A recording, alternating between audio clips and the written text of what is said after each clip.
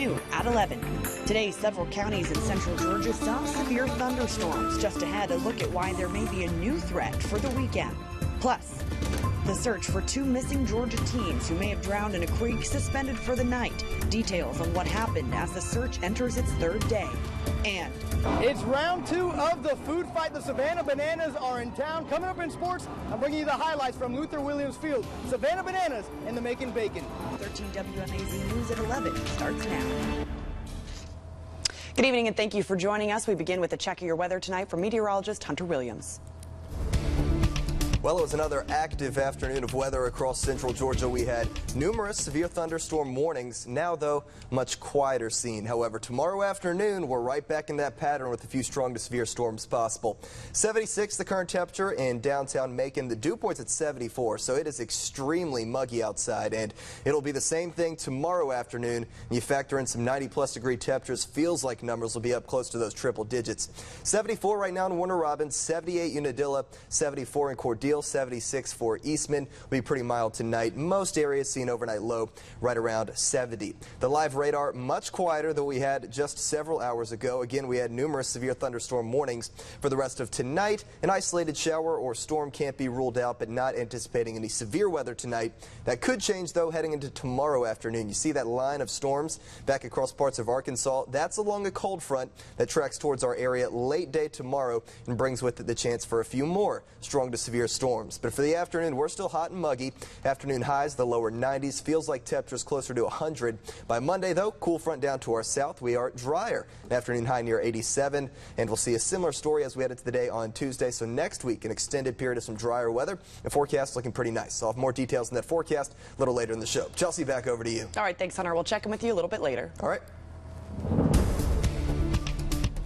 Authorities have ended their second day of searching for two teenagers who are presumed to have drowned after falling into an Oconee County creek. Day 3 of the search will continue tomorrow morning. Authorities say an 18-year-old was standing on a dam when he either jumped or fell into the water just before 4 p.m. on Friday. Police say another 18-year-old man dove in to help him, and neither of them resurfaced. Several witnesses attempted to rescue both of the teens, but were unsuccessful due to high water levels in a swift current. A Georgia high school former teacher of the year is accused of sexually assaulting 3 female students on campus. The Cobb County Sheriff's Department says Spencer Herron was arrested Friday on 3 felony charges of sexual assault by a teacher. The Marietta Daily Journal says charges were brought against Herron by 3 students or former students. In one case, Herron was accused of raping the victim multiple times between January and May of 2017. News reports say Herron taught video production at Kell High School, where he was named Teacher of the Year in 2016. And today is National Gun Violence Awareness Day, and thousands of people marched in several cities across the United States protesting gun violence.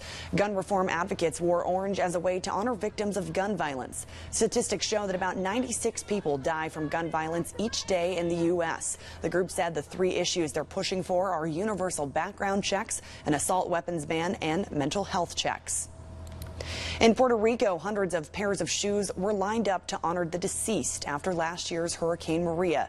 The display comes after a new Harvard study was published this week, saying the official death toll is not 64 like the Puerto Rican government suggests, but rather at least 4,600 people.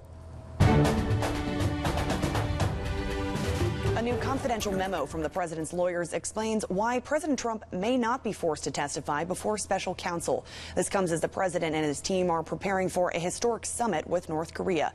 Errol Burnett has the latest from the White House.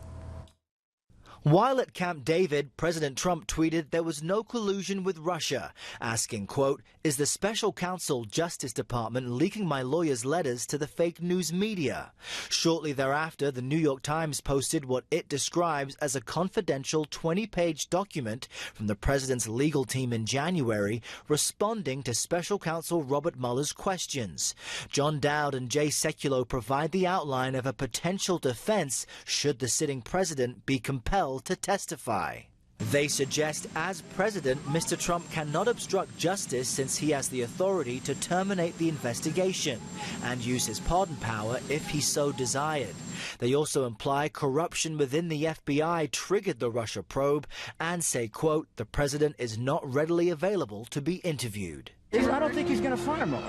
Mueller is creating his own problems. Speaking to reporters last week, the president's newly appointed lawyer, Rudy Giuliani, railed against the inquiry and pushed Mueller to make his findings public. Interview or no interview, by September 1st, the public should have an explanation of what Mueller has. I really want that because I don't think he has much. I think you're going to have a very positive result in the end, not from one meeting. President Trump is currently preparing for a newly revived one-on-one meeting with North Korean leader Kim Jong-un, taking place in Singapore June 12th. His lawyers have argued the ongoing Russia investigation is a distraction from the president's important work. Now, President Trump's legal team also admits for the first time that Mr. Trump, quote, dictated a short but accurate response, end quote, to questions about the Trump Tower meeting before the election, which found members of his campaign with a Russian informant. The response said adoptions were the focus of that meeting, when in actuality, it was about getting dirt on Hillary Clinton. The White House is not responding to the release of this memo, instead referring us to President Trump's outside counsel.